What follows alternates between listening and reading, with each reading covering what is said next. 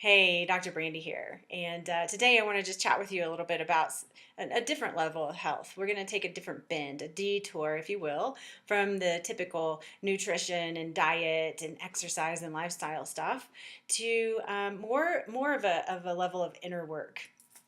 I had a patient come in the other day, and she was in pretty significant pain, like an 8 out of 10, which is up there, right? And it was her neck. Her neck was hurting her so bad, and it's been hurting her.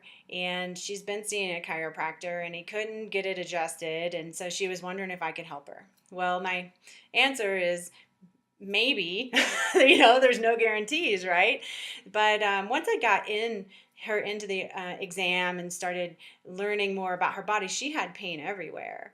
And the more I began to understand, the more I began to realize that she had chronic inflammation in her body. And she is a caregiver, and she's been doing that for 18 years. And she has all this pain in her back, around this area, in her shoulder, in her neck, headaches, and probably some other places too.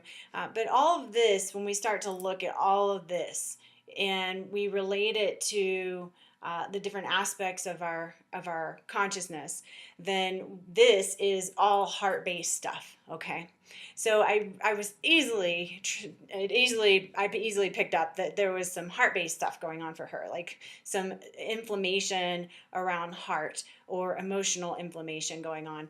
And when I suggested that to her, she nodded her head. She's like, "Yeah, my daughter-in-law has cancer, and she was supposed to live through it, but now she's back in trouble, so she's very worried about her." And it's amazing when we start to look at how our bodies reflect our emotions. And she's been a caregiver for 18 years and giving and giving and giving. She has a mother that's a little older now. She's just turning 60. She's got her hands full, and she's doing a lot for other people. But my question for her was, what are you doing for yourself? And her response was, "Oh, there's no time. There's never enough time for me." And I meet lots and lots of people who feel this way and believe this to be true for themselves. And when we get right down to it, like, if we're not taking care of ourselves, how can we possibly show up to take care of other people, right? And we think that this giving, giving, giving, and putting ourselves aside is helping other people, which it may be to some degree, but it's certainly not helping them in the most profound way that we could help other people. I absolutely believe that we all want to serve. We all want to help each other out. I treat a lot of people, and every single person that gets on my table wants to help me in some way. I mean, it's so clear that people want to help. But what we forget and what we're not trained to do in our society is to take care of ourselves. Like, we have to show up for ourselves first.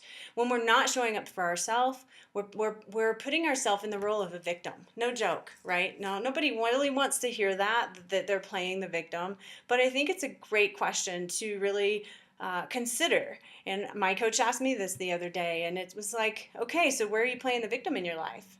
I was like, am I? Oh, really? Okay. Well, if things aren't getting better and you're kind of like, well, I guess I'm just getting older, or if people in your house are not pitching in for groceries and they're eating the food and you feel taken advantage of, that might be an indication you're being a victim. If you feel stuck in your job, that's actually playing the victim. So I'm just offering that to you so you can consider what might be getting in your way of getting well. I told that lady that had the neck pain, I was like, you're at a choice point, which I think we all are at a choice point often. And that choice is, you can continue down the path that you're going and continue to get the results that you get, and you're going to continue to feel like shit.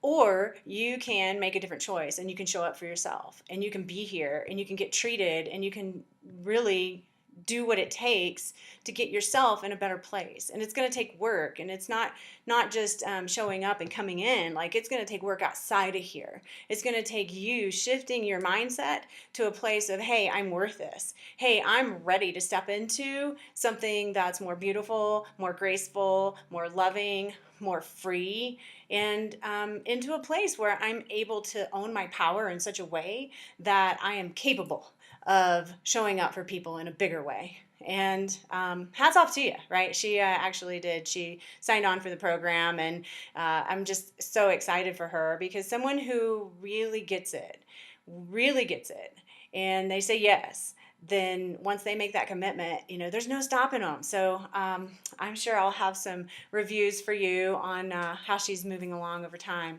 But for you, I would love to hear your feedback as to how you feel like, maybe you're moving out of victimhood, or what this conversation has actually led you to understanding about yourself, so that you can shift the way that you're perceiving your life, the way that you are showing up. Even one of the a really great exercise, and this is something we'll be talking about in the Transformation Tribe Live tonight, is really getting clear on those feelings of dysfunction, like, oh, I'm not good enough, or the story, quote unquote story, that you've been living that isn't really what you want to be living. Like, get really clear on that, and get really clear on the benefits of that, because you're benefiting from it or you wouldn't be doing it.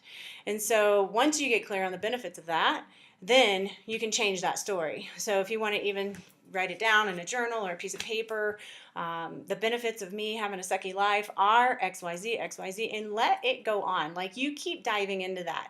Like, you're going to get some surface stuff, but if you go on for the next 20, 30 minutes or an hour or days on that one question, how am I being benefited by my lack? Or how am I being benefited by this illness? Or how am I being benefited by this sucky relationship?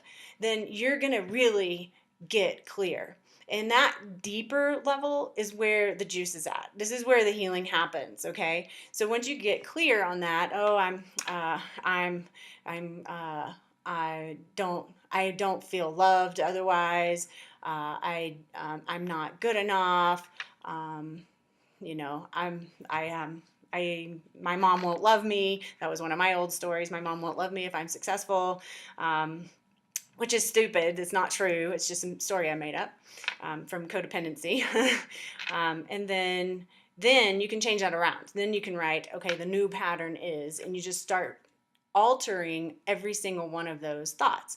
So if it's I'm not good enough, say I am good enough. I am supported. I am loved. It is safe for me to ask for help. I am my spirit's God, spirit, Jesus, whatever it is you speak to, supports me with glee when I ask for help. I am loved when I'm successful. Whatever those stories are, then you just change those around, and then that's what you live by. All right. It's not like you're going to just write it down and it's going to be true. You got to read that stuff. You got to embody that stuff. You got to do the work. But I'm here to help you with that. If you have any questions, I'm happy to have this conversation with you, because this is where my consciousness is going. This is where my offering is going, and I'm just really, really excited to be able to bring this forth for you. This is stuff I've been working on for a while, and it's just starting to bubble up to the surface in a way that I feel is very powerful. So I'm looking forward to sharing that with you. All right, have a great week, and we'll see you next time.